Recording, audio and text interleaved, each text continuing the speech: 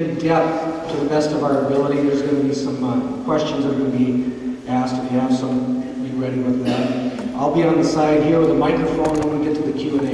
I've asked Curtis to talk briefly about, come on up Curtis, about his business. Paul mentioned this before. I heard about Curtis's background in business, and I'm a small businessman. And I heard what Curtis has gone through. I got an enormous appreciation for someone that has walked through hell and lived to talk about it. I mean, that sounds very difficult. So, talk briefly about that in your intro, and then we talk about how you see Article 5. So, welcome aboard, Curtis Coleman.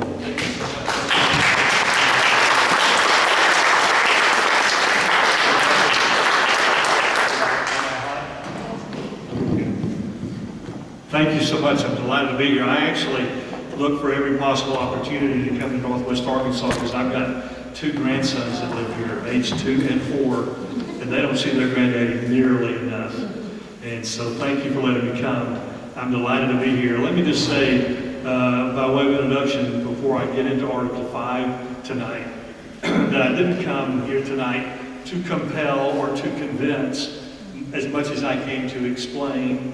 There's been a lot of discussion around the state, and in my opinion, a whole lot of misinformation about where I stand and why I stand there and what I believe. And I'm just thankful for the opportunity to come tonight and let you hear it straight from me. And if you disagree with me on this, at least you heard it straight from me.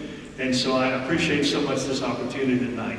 And as Jeff mentioned, I'm a businessman. I'm not a professional politician. I am not even a lawyer. And I have, I'm not a constitutional lawyer, not a lawyer. I should tell you, for full disclosure, I have friends who are politicians and I have friends who are lawyers, but I am not either one of those. I'm a businessman. And Jeff mentioned a little bit about our journey in the last company. I'm the typical Arkansas entrepreneur. And the last company we started was a food safety company back in the 1990s. And we spent the first 7 years of our existence with almost no revenue. And I'm going to tell you, some of you may have done this, but it's really hard to run a company with no revenue. And we did that for almost 7 years because we are so heavily regulated, as you would expect a food safety company to be. We make technologies that can control E. coli and Listeria and Salmonella and Campylobacter and foodborne pathogens, and we try to keep you from getting food poisoning. And so we're a technology company. We're an intellectual property company. We own patents now in about 95 countries around the world. And so we are heavily regulated. But I often say we're regulated by the EPA, the FDA, the USDA, and every bureaucracy that has an acronym. And because that's how it feels. But what we discovered is that we are regulated by competing agencies that compete for turf and authority and budget, and also by self-serving agencies. What that means is that it took us several years to figure it out. That the regulators with which we were working were much more concerned about their personal liability than they were your safety. And when we changed our approach and started showing the agency how our data would protect them from liability, then it just went like a clockwork. But it took 7 years for us to get through that. Our little companies we are a small company. I don't want you to get the wrong idea. But we are a small company, but we are now doing business on 4 continents. So we survived the regulatory process. And I often tell people that we now compete with huge global companies internationally, and none of them have hurt my company nearly as badly as my own government. And there's something fundamentally wrong with that. And that is why I'm doing what I'm doing tonight, and why I'm here tonight.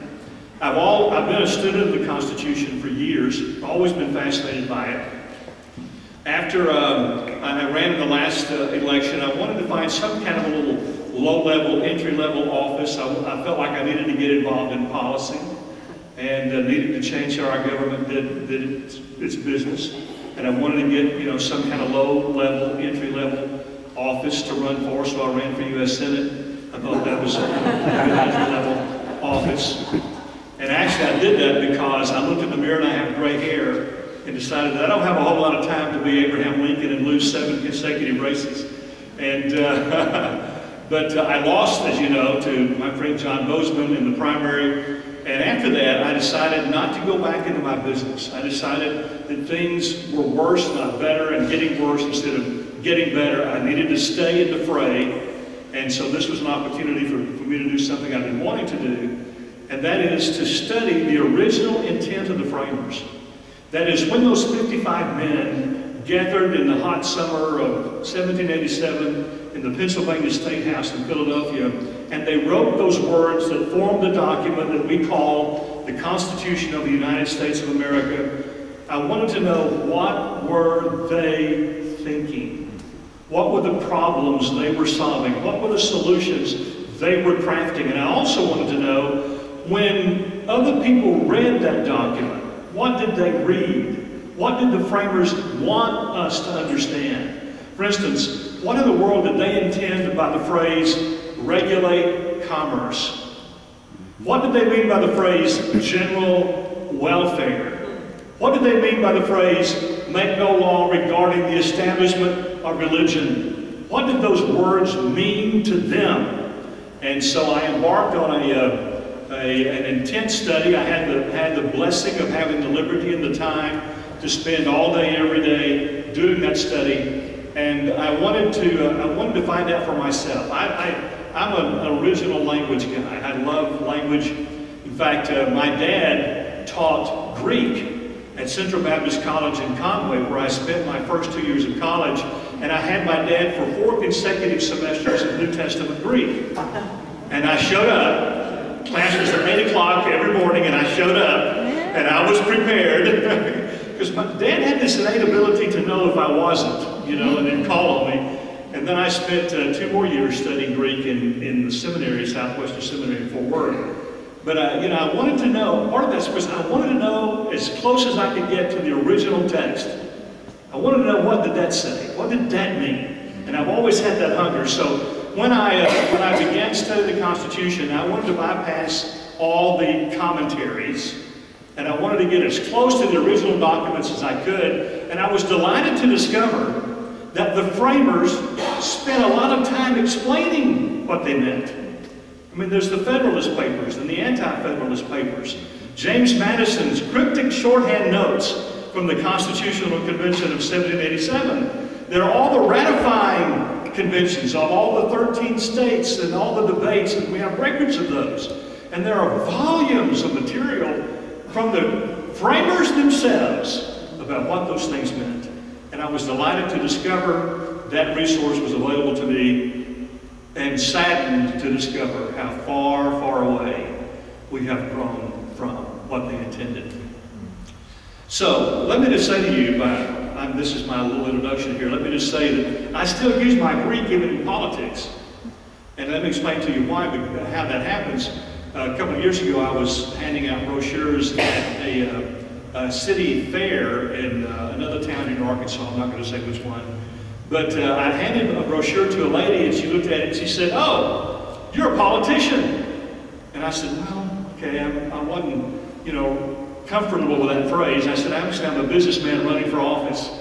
And she said, "You know the definition of politician, don't you?" And I know you've all heard this, but it makes my point. She said, "You know the definition of a politician, don't you?" And I said, "Well, actually, I do." And she didn't wait for my answer. She said, "Well, it comes from 2 words, poly, which means many, and tick, which is a blood-sucking parasite." And I listened and laughed, like you just did, politely, because you've heard that before. And I said, "Well, let me give you another definition." It comes out of the book of Philippians, where Paul says, "Let your conversation be worthy of the gospel." And the word conversation in the Greek comes from a Greek word, the root for which is the word paletuo. Paletuo, from which we get what words? Politics. Policy. So if you transliterate the verse, what Paul said when he wrote to the church of Philippi, he said, "Let your politics be worthy of the gospel. Let your policy be worthy of the gospel. Man, that would transform politics today, wouldn't it? If just those of us who claim to be believers, just those of us who confess to be believers, let our policies and our politics be worthy of the gospel, it would transform. So, you know, there's even opportunity with the original language, even in politics. I'm going to talk a little bit tonight about Article 5 of the Constitution, which specifies the two methods for amending the Constitution. I hope that you will forgive me for using notes. I don't like using notes. They get in my way, they cripple me, and I don't have nearly as much fun. And so I'm going to use notes tonight because this is a little bit of a technical discussion, and I want to be careful that I'm accurate in dates and citations. So please forgive me as I use my notes. It's not what I like to do, but nevertheless, I think it's important to do it tonight. As I mentioned a moment ago, the men who wrote the Constitution, those 55 men, they met in the summer of 1787 in the old Pennsylvania State House. And it's interesting, in the summer of 1787 was one of the worst heat waves to ever hit Philadelphia. And nevertheless, these guys locked all the windows and locked all the doors and in a non-air-conditioned building. So for whatever reason, we didn't get a real good start with transparency in government, I'll tell you that. But their new nation, our new nation, it was only about 10 years old, but it was in horrible trouble. Because at the beginning of our nation, they had created for us something called the Articles of Confederation. And I'm sure most of you are familiar with the Articles of Confederation. The Articles of Confederation reflected their understandable fear of government. And in their effort to avoid the pitfalls of government they had experienced with Great Britain, they had actually created 13 sovereign states. And that sounds good to us, but they actually created such sovereignty among those 13 states that they fundamentally created 13 independent countries, and which created enormous problems for them because it just really wasn't working too well at all. And here were some of the problems with the Articles of Confederation. For instance, the Articles of Confederation did not provide for a common defense for the nation. And so when our young country plied its ships on the high seas for either commerce or passage, our ships were customarily pirated and plundered without defense or without consequence because we had no national defense.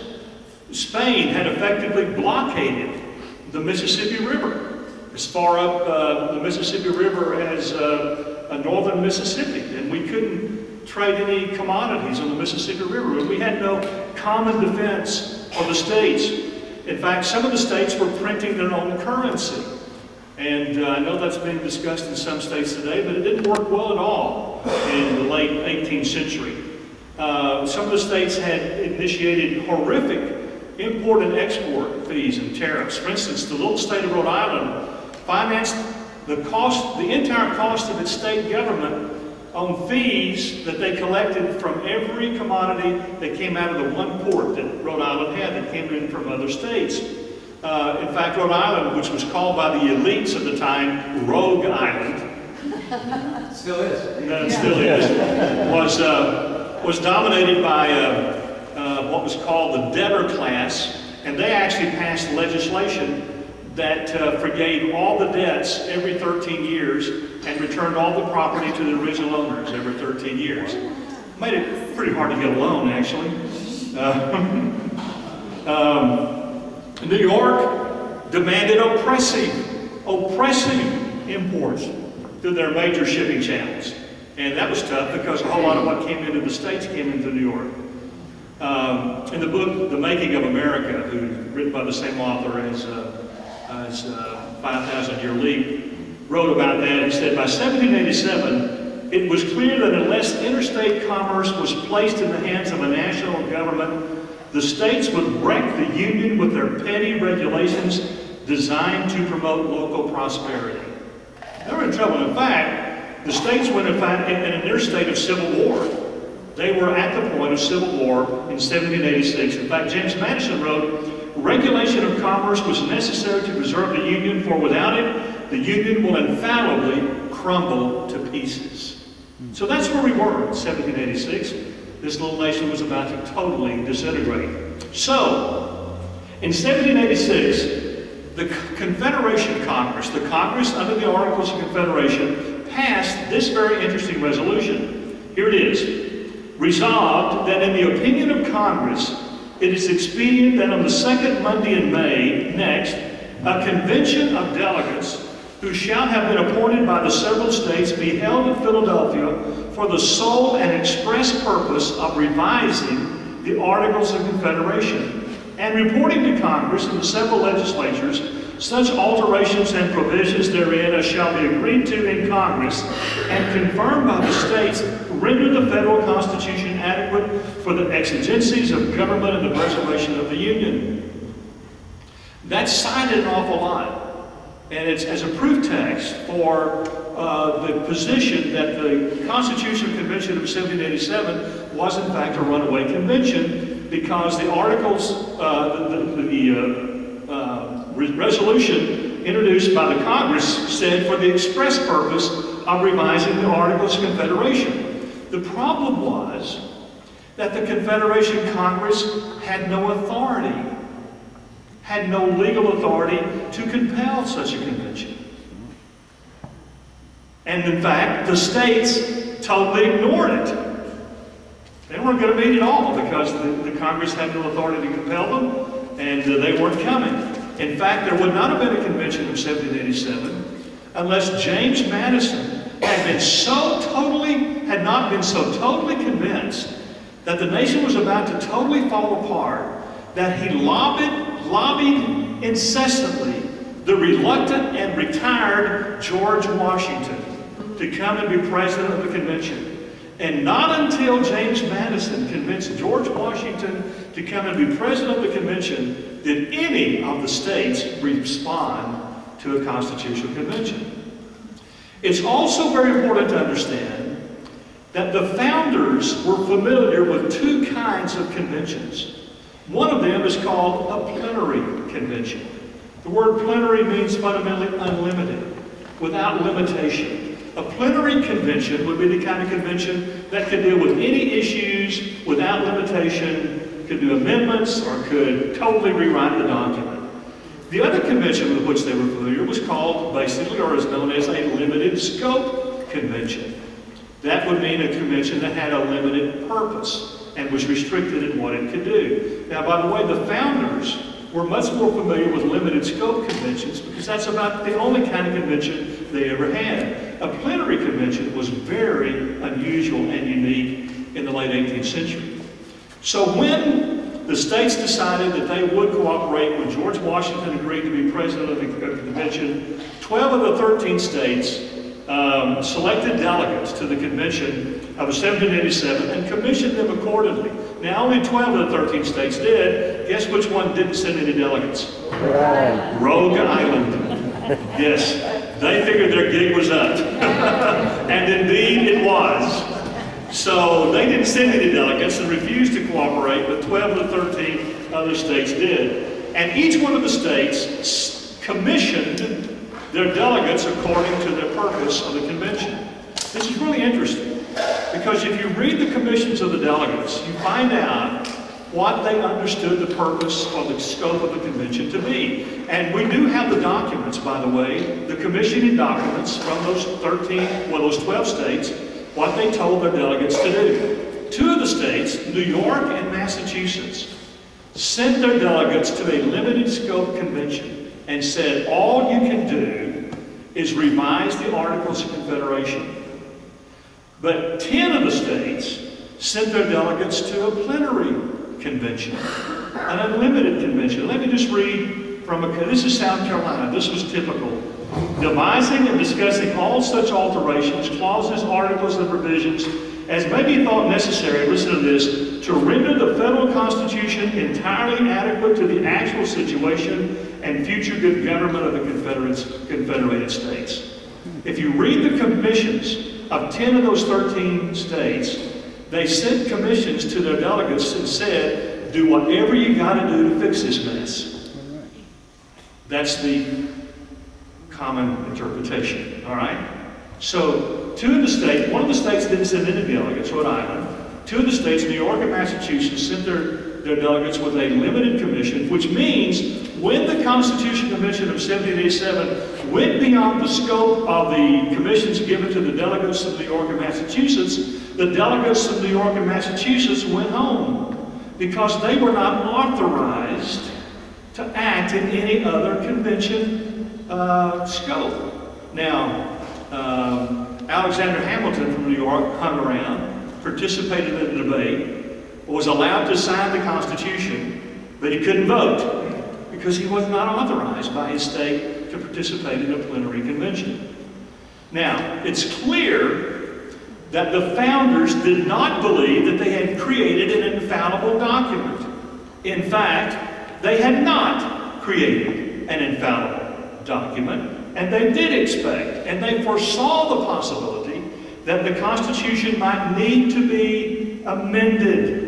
In fact, so many of them were so adamantly opposed to slavery that they hoped that the Constitution would be amended. In fact, if you read the last phrase, the last part of Article 5, you see in there a guarantee that the Constitution would not be amended in specific articles, and those are the articles that guarantee that the slave states would not be disallowed to continue their slave trade for at least 20 years. So they did anticipate amendments to the Constitution and actually hoped that there would be because of slavery. So here's the Article 5. Let me read it to you. The Congress, whenever 2/3 of both houses shall deem it necessary, shall propose amendments to this Constitution, or on the application of the legislatures of 2/3 of the several states, shall call a convention for proposing amendments, which in either case shall be valid to all intents and purposes as part of this Constitution, when ratified by the legislatures of 3/4 of the several states, or by conventions in 3/4 thereof, as the one or the other mode of the ratification may be proposed by Congress. Now, here's the first method for amending the Constitution, and you're familiar with it, but you may be surprised. What is the first method for amending the Constitution? Let me just ask you. We can start with the discussion. What happened? 2/3 of the House and 2/3 of the Senate agree on the text of the amendment, right? And then it's sent to the states. But here's what might be surprising to you. How many members are there in the House of Representatives? 435. 435. What's 2/3 of 435? I'll tell you, 290. Okay? 290. But it doesn't take 290 representatives to approve the text of an amendment. I'll tell you why in just a second. 2/3, how many members in the Senate? 100. What's 2/3 of 100? You can figure this out. 67. All right. So 2/3 of the Senate must agree on the text of an amendment, but it doesn't require 67. You know why? Because in 1920, in the national prohibition cases, the Supreme Court held that 2/3 of both houses, that requirement was 2/3 of a present quorum. Not the total membership of each body. What does it, a huge difference. What does it take to constitute a quorum in the House and Senate? Do you know? Half? 51%.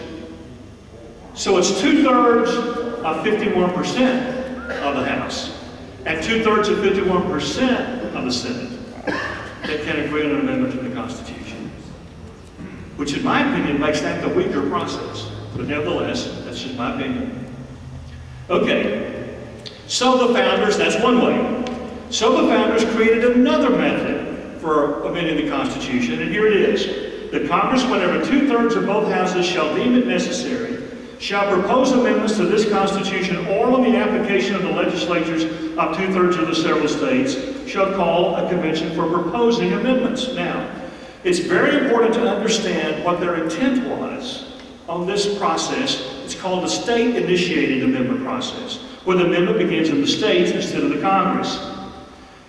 And it's also important to answer the question, did they intend a plenary constitutional convention, or do they intend a limited scope convention? That's really important, don't you think?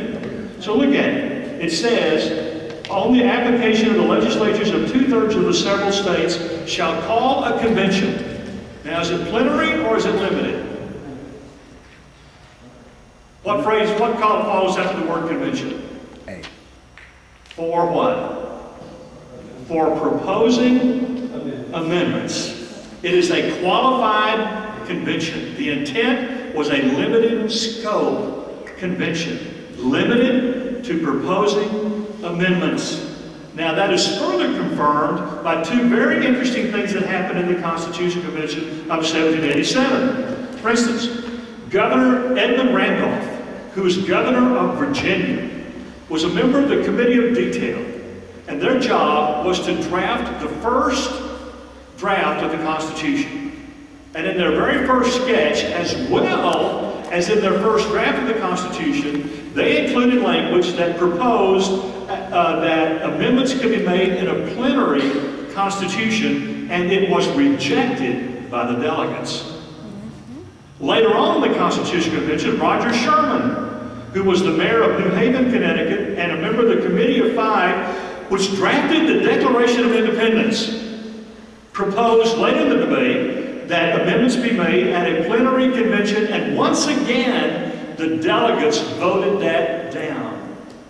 It is clear that the intent of an Article 5 process was for a limited scope convention, limited to the purpose of proposing amendments. So here's the second method.